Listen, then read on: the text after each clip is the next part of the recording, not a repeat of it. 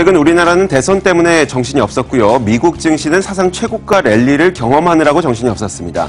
이런 가운데 경기 서프라이즈 지수라고 하는 것이 글로벌 시장에서 논란이 되고 있는데 왜 논란이 되고 있는 것인지, 그리고 이것이 우리에겐 어떤 의미를 갖고 있는 것인지 살펴보도록 하겠습니다. 자, 먼저 경기 서프라이즈 지수라고 하는 것은 어떤 거래소라든지 혹은 국가에서 만들어낸 지수가 아닙니다. 시티그룹이라고 하는 금융권에서 만든 지표고요. 각국이 발표하는 실제 발표 지표가 있습니다. GDP도 될 것이고 ISM 제조업 지표 이런 지표들이 있을 텐데, 이렇게 각국이 실제 발표하는 지표가 투자자들이 기대하는 것보다 더 나은지 아니면 못 미치는지 이런 것들을 보여주는 것이 바로 경기 서프라이즈 지수입니다. 그래서 ESI라고 앞글자만 따서 부르기도 하고요. 시티그룹이 만들었기 때문에 C자를 붙여서 CESI라고 부르기도 합니다.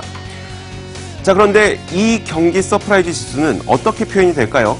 바로 실제 발표되는 지표가 투자자들의 기대보다 더 높을 경우에는 플러스로 발표가 되고, 그리고 실제 발표되는 지표가 투자자들의 기대보다 못 미칠 때에는 마이너스를 기록하게 됩니다. 굉장히 단순한 지표인데 이것이 왜 논란이 됐을까요? 바로 최근 들어서 이 경기 서프라이즈 지수가 급등락을 보였기 때문인데요. 지난 3월까지만 하더라도 60에 육박했던 경기 서프라이즈 지수가 4월에 들어서면서 마이너스 20까지 고꾸라지게 됩니다. 그러니까 실제 발표되는 지표가 투자자들의 기대보다 한참 못 미치게 발표가 되니 투자 심리는 얼어붙을 수가 있고, 그것에 따라서 미국의 사상 최고가 랠리가 제동이 걸리지 않을까라는 여러 매체와 애널리스트들의 분석이 나왔기 때문에 논란이 됐던 것입니다. 그러면서 JP모건에서는 이런 그래프를 보여주게 됩니다. 여러분들이 지금 보고 있는 이 파란색 선이 바로 S&P 500 지수인데요. 그리고 검은색 선이 경기 서프라이즈 지수입니다.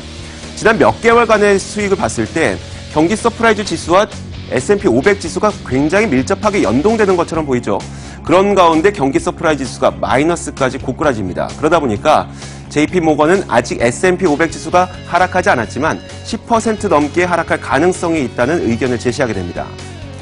그러면 우리에게는 가장 큰일이 아닐 수가 없습니다. 우리나라는 이제 겨우 최고가에 도달하고 있는데 미국 증시가 벌써부터 꺾여버린다면 우리는 눈물을 닦을 수밖에 없는 것이죠.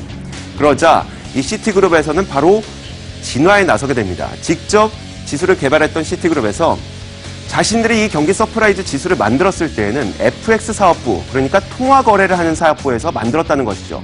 이 경기 서프라이즈 지수는 통화 거래를 위해서 만든 것이지 주식이나 채권을 위한 지표가 아니기 때문에 여기에 연동시켜서는 안 된다는 것입니다. 유로화나 엔화, 달러화를 거래할 때 사용하는 지표이지 주식과 채권과 연동되지 않는다고 이야기를 하는 것입니다.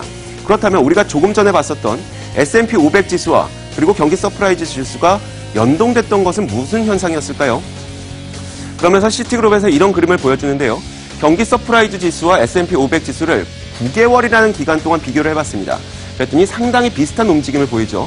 그러면서 S&P 500 지수는 아직 안 꺾였지만 경기 서프라이즈 지수만 꺾입니다.